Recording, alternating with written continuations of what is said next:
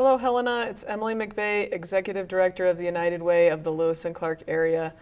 We're here for this week's United Way Partner Spotlight with Florence Crittenton Family Services with Heather and Mitch. Welcome, guys. Hi, Thank thank you. you. Thanks for having us. For people that aren't familiar with Florence Crittenton, I mean, you are over 100 years old, We but are, if indeed. you haven't heard of you, what does Florence Crittenton Family Services do? Sure, we do. We've, as you indicate, have been around for about 125 years. And we were originally founded to serve young moms, pregnant and parenting teens. And we just, it's important to be nimble with paying attention to the needs of our community. So about 7 years ago, we opened our recovery home, and that's for older moms about 18 to 35 who struggle with substance use disorders. It's a residential program.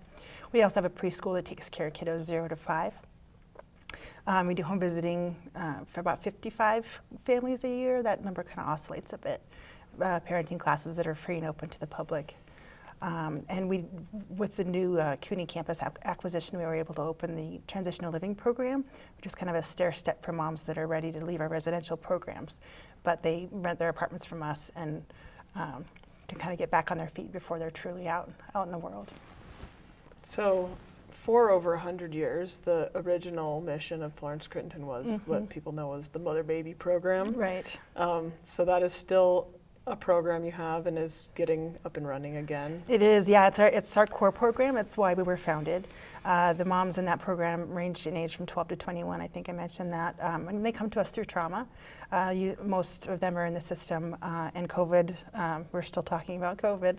Kind of hit us hard in that program in particular. And so, as our clients graduated that program, we decided not to take any more referrals because we just couldn't keep those doors open. But we're really excited to be able to say we're a couple weeks away from that right now, from reopening that program. Great. So getting all the staffing up and running and training Yes, all going again. yes, and that's been the issue, is getting staffing in and then trained, and it takes about 6 weeks to get staff up and running in that program, and so there's this kind of gap where we can't accept clients until staff is fully trained, and so we need to be paying for them out of pocket until we can start receiving fee-for-service type for those clients. And the young women in that program come from all over the state of Montana. Yeah, they typically do. It's interesting, a lot of our clients, most of our clients come from outside of Helena, but most of our support comes from Helena. And so really trying to just make sure that folks know about our services and know that our reach is a lot broader than Helena.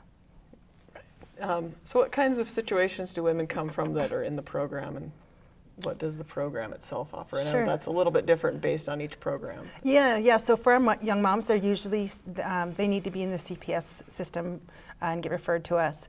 So they're coming to us through trauma. The stories that you hear are heartbreaking.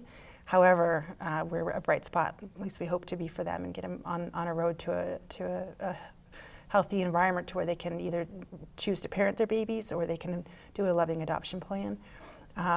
But it's just the stories that you hear kind of do break your heart, but then seeing them succeed and finish high school and do all the things is really great. Our older moms a lot of them come to us through the drug courts. It's kind of a jail diversion, if you will, where they're given the option to either serve time or stay with us to get their families strong again. Something that's really important in that program in particular is a lot of the times those older moms have lost custody of their children. So reunification is a big part of their treatment plan, and right now I can say 100% of our graduates of that program have been reunited with their children in at least partial custody situations. Nice, which is great. That is a great statistic. Well, and being with your kiddos when you're trying to do all this work, they're the inspiration behind the courage and the strength and the determination that it takes to do that kind of healing. And being with your kiddos and seeing those little faces every day is a huge motivator, and keeps the kids, in some sort of stability as well. Right. So. And you guys are in a bit of a transition. So the Harris Street house, you're still there. We are. But you're also at CUNY. Yeah, we're kind of on the fence, if you will. Yeah. Our residential programs and our 0 to 2 childcare is at Harris right now, and we're in the process. You wouldn't believe what our parking lot looks like right now at the new CUNY building. Project Sunshine is what we're calling that. And we're scheduled to have our preschool up and running. It's running right now, but their floor is getting renovated, and we're hoping to have them back in their proper brand new space in October. And then again in March-ish, it's kind of squishy as all construction projects are. We're hoping to have our residential clients move over. And then have our admin floor finished in July. Squishy timelines, as we all know, things change. But so right now we are kind of straddling the fence, so to speak. But Yeah. Well, that seems fast now. Like it seems seemed like a long drawn out thing, and now it seems like, oh, there's like an end in sight. Right. It's been one of those projects where it took a long time to get kind of started, if you will. And then now that the renovation started, what was that, Mitch, in June, I think, is when our initial groundbreaking was. It's just been gangbusters ever since. Terribly noisy. That's what I heard. But the admin staff that's working in the cleaning building right now the jump scares have ceased nearly, I think. Yeah. Drilling starts, but it's been fun to watch the progress. I've had a great time bringing donors through tours and things like that. It's really been fun for folks to be able to look around and say, wow, it's so different than the first time I was here. Yeah. So even the first time I was there in the child care center was vastly different than when I was there when it was Mountain Pacific Quality Health. Of course, right? You know? Yeah, and we, as you know, we had to renovate that space to be able to provide a continuum of care for kiddos. So we remodeled the west side of that floor to be able to open on time, if you will. And kudos to our early ed director and her team because we had to move the preschool up to the top floor so the renovation could start. And we recognized, you and I were talking earlier about how important childcare is in our communities and the workforce and all of this. Childcare is kind of the workforce behind the workforce, if you will. And she and her team moved the entire preschool upstairs. It was a Friday morning. Licensing came in Friday afternoon so that we could open our doors again on Monday. Yeah. So it was a scramble. It was all hands on deck, but she and her team, Sarah Mitchell is her name, she and her team did a great job. Yeah, So. it's important to be able to keep those spots available. Yeah, because even to one day families. missed it can be a conundrum for folks. Yeah. So, yeah. Yeah. So you guys are very busy. Lots of transitions and lots of new things happening. Yeah, it's been fun. Yeah, and the kiddos that are in the 2 to 3 and 4 to 5 programs have had a wonderful time watching the life-size Tonka trucks, doing their thing, and those front-end loaders and all the things. It's been fun. My son drives one, and he still gets very excited about doing it every day Oh. as an adult. So I get that. Yeah. Playing sandbox when you're 25 or whatever, right? So yeah, I understand that. Yeah. So all of this work takes a lot of money. So you have to do some fundraising. We do, yeah. And put on events. And We do, and we're fortunate to have a strong fundraising arm because it's about 50% of our funding comes from private donations. So that's where you've heard of some organizations that are struggling financially, and we're fortunate to be able, thanks to our community and our funders and our grantors, to be able to keep those doors open because the need is rising, yeah, unfortunately. Jen Gursky was on a few weeks ago talking about the Medicaid issues and people losing Medicaid, then the facilities can't get paid for the services. Exactly. And that. Yeah, so I'm sure you guys are We're in the experiencing that same boat. Yeah. Yeah, and even when we do get the Medicare funding, it's not the full rate. Not at all, and yeah. it's about half of what it actually costs to take care of a mama, and then babies we don't get enough funding for the babies themselves because they're anyway. So it takes all the extra to make it all happen. It does. It does. It takes a village, as they say, and our fundraising consists of a lot of different things where people know about Paint the Town Pink. But we do have our decorated bra auction coming up. Support our girls. It was our 13th, I think, right, Mitch? Correct. Yep, 13th year this year. That's coming up, and it's the decorated bra auction that was started 13 years ago to fund nursing bras for our clients, and it's since kind of grown into be a wonderful event that I think, Mitch, you can share with us what we're looking forward to this year. We're kind of shaking things up a little bit. Yeah, I see it's in a new location. Yeah, exactly. Yeah, so on Thursday, September the 21st, out in the barn at the Kleffner Ranch, we're going to be hosting the 13th annual Support Our Girls.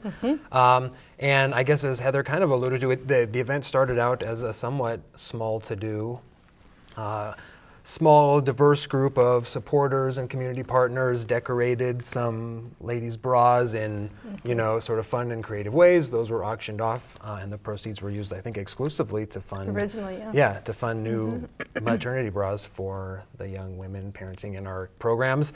But as all these things do, it's sort of grown and morphed over time, and while even then as now, from a big event to a small event to a big event, it's always been sort of, it hasn't been a subtle affair. I think our attendees consistently refer to it or describe it as being hilarious and outrageous and over the top. And so we're certainly anticipating that this year is going to follow suit. It's out at the Kleffner. We're going to be, in addition to our now infamous live auction and some raffles, we're going to have some fantastic barbecue by Triangle Lazy J Barbecue. Kendrick and Mondi are going to be providing live music. And we're sort of leaning into the Western theme of the Kleffner Ranch with some line dancing this year, with live calling and instruction for those who might be trepidatious, calling and instruction by some partners from Cohesion Dance. So we're really looking forward to this. I think it's going to be a great time. It's going to be a lot of fun. Yeah. And just for folks that aren't familiar with the event, when we say decorated bras, it's a bra, yes, and it's a trip to New York City and airline tickets and hotels and meals and things like that. I think the bra for that package was like a black sequined bra or something, but it's a little more than just a bra. It's kind of like the Festival of Trees, but with bras. Exactly. Exactly. Yep. Yes. That's a great comparison. I know Blue Cross Blue Shield did one with kind of a masculine focus, and the bra was two headlights. In this big, like, kind of car tool theme, and so it's the creativity that Mitch was referring to is fun to see, and folks just kind of let it all go. It's fun. There's so much more than bras. It's like a whole outfit sometimes. Yes. Like a whole thing. Right. Yeah. Yeah, and this year too, in thinking, in its inception, it was typically attended by mostly women, and we're really looking to broaden that kind of demographic. And so we're hoping that the Kleffner and the line dancing and the whole, just getting some more folks out there, getting some more guys out there, because it's going to be a great party. And so tell us where you can get tickets, how people can support that event. Sure. There's a link on Florence Crittenton's website, so florencecrittenton.org has a link to a page where you can get tickets, but Support Our Girls also has its own webpage, supportourgirls.com, so two really easy ways to get tickets. And of course, as with everything this day and age, our website is a great place to get any kind, a good, baseline of information about the organization. We've got a newsletter coming out in a few weeks. So another great way to get more information is to volunteer or make a contribution to the organization. Yeah. I just officially became a volunteer again. Well, I guess I was never a volunteer. I used to work there, but now I'm a volunteer. Yeah. Actually, when I signed up to work there, I was signing up to be a volunteer, but I got hired instead. Well, so that's now, great. After a volunteer that gets paid. 23 years later, I'm finally a volunteer. That's great. Comes full circle, right?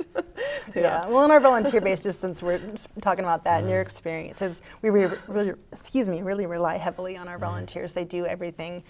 Gosh, that runs the gamut. So there's so many different ways to get involved in our work. Yeah. It never hurts to go rock a baby. Oh my gosh, no, it doesn't. Yeah, there's never a bad day when that's going on. Absolutely. All right, so tell us one more time how to support Florence Crittenton, how to find out information, where to get tickets. Sure, either at our website, florencecrittenton.org, or at Support Our Girls webpage, supportourgirls.com.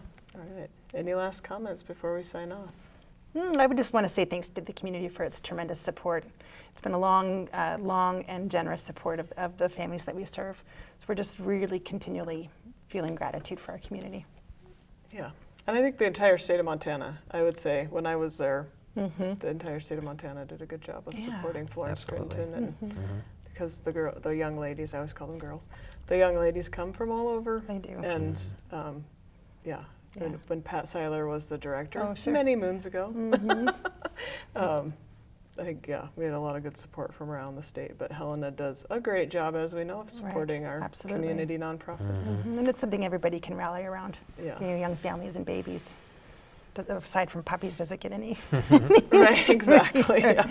But no, it's just really something that kind of transcends all the divisiveness that we are experiencing right now.